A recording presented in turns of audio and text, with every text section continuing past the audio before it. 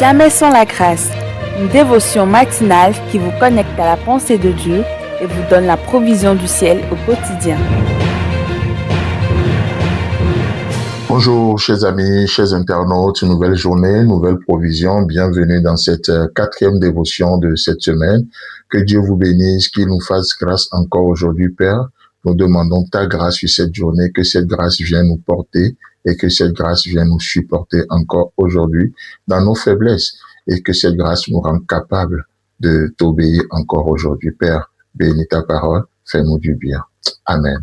Alors chers amis, chers internautes, n'hésitez pas, si cette pensée, ces méditations vous font du bien, c'est juste une pensée par jour. Pendant le temps que vous êtes en train de prendre votre café, vous prenez votre thé, votre petit déjeuner, peu importe ce que c'est, jusqu'à quelques 5 minutes pour écouter une pensée qui va vous encourager, qui va nous encourager à faire des choix, à nous positionner, à recadrer nos pensées sur la pensée de Dieu afin d'affronter la journée comme des guerriers. Vous savez, c'est ça notre mission, cette dévotion de jamais sans la grâce. Alors, au travers de la provision du jour, nous croyons que Dieu va nous accorder encore sa grâce pour aller au-delà de ce qui est imaginable.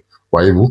Et donc, nous continuons une chose qu'on est en train de voir, et permettez-moi de le répéter encore une fois, l'appel de Dieu dans le temps de Dieu ne manquera jamais les moyens de Dieu.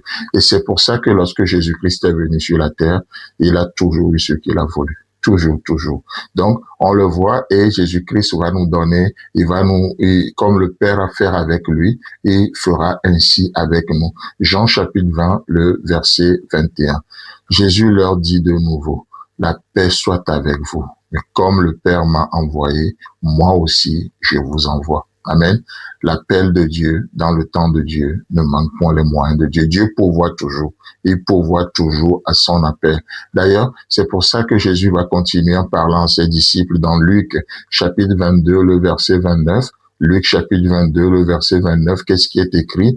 Il est écrit, c'est pourquoi je dispose du royaume en votre faveur, comme mon Père a disposé en ma faveur. Waouh! Ça, ce sont les privilèges qui accompagnent l'appel de Dieu dans nos vies.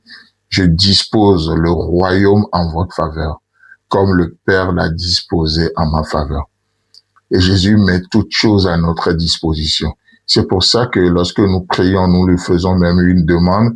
Ce n'est pas juste une prière, ce n'est pas juste des requêtes, ce n'est pas juste des réclamations, mais tout le temps, nos prières doivent être suivies d'actions de grâce. Pourquoi? Parce que comme l'a dit Jésus, au Père, je sais que tu m'exauces toujours. Et par la foi, nous bénissons Dieu, nous remercions Dieu comme si ce que nous avons demandé, nous l'avons déjà. Voyez-vous? Parce que oui, spirituellement, nous avons tout, nous disposons tout en notre faveur.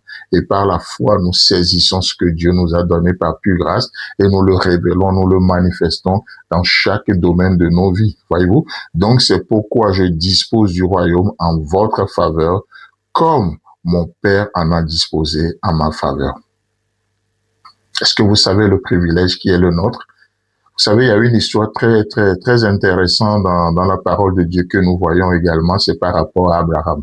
La Bible nous dit que Abraham commence par vieillir et avec tout ce qu'il avait, il avait des soucis et il se disait, mais qu'est-ce qui va se passer, qui va hériter de son bien et tout. Et là, il va décider de trouver une femme à son fils Isaac avant de mourir.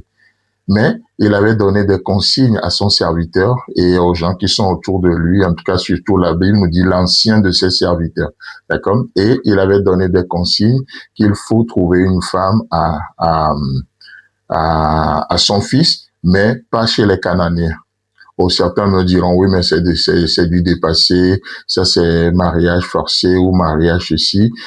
Je ne veux pas rentrer dans le débat, mais je sais aussi que malheureusement, dans le corps de Christ, il y a certains qui se sont mariés par prophétie, parce que l'homme de Dieu a dit, ainsi par le Seigneur, écoute, il y a des mariages qui ont eu lieu. Et ça, qu'est-ce que c'est? N'est-il pas des mariages forcés, déguisés, en passant? Donc, bref, le serviteur d'Abraham va partir pour chercher une femme à son fils Isaac. Et une des choses qui est extraordinaire, dans Genèse chapitre 24, le verset 10, la Bible nous dit, le serviteur prit 10 chameaux parmi les chameaux de son Seigneur Et il partit ayant à sa disposition tous les biens de son Seigneur. Il se leva et alla en Mésopotamie, la ville de Nacor. Alléluia. Une chose sur laquelle j'aimerais attirer notre attention, c'est de voir comment le serviteur est parti, comment il a été envoyé. Il est parti ayant à sa disposition tous les biens de son maître, tous les biens de son Seigneur. Chers amis, chers internautes, je crois que c'est ainsi aussi que Dieu nous accompagne dans ce monde de pèlerinage, parce qu'il nous a appelés, il nous accompagne, il pourvoit comme il pourvoira encore aujourd'hui. Que Dieu nous bénisse.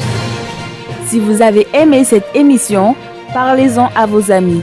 Parlez-leur du message de la grâce et de ce qu'il fait dans vos vies.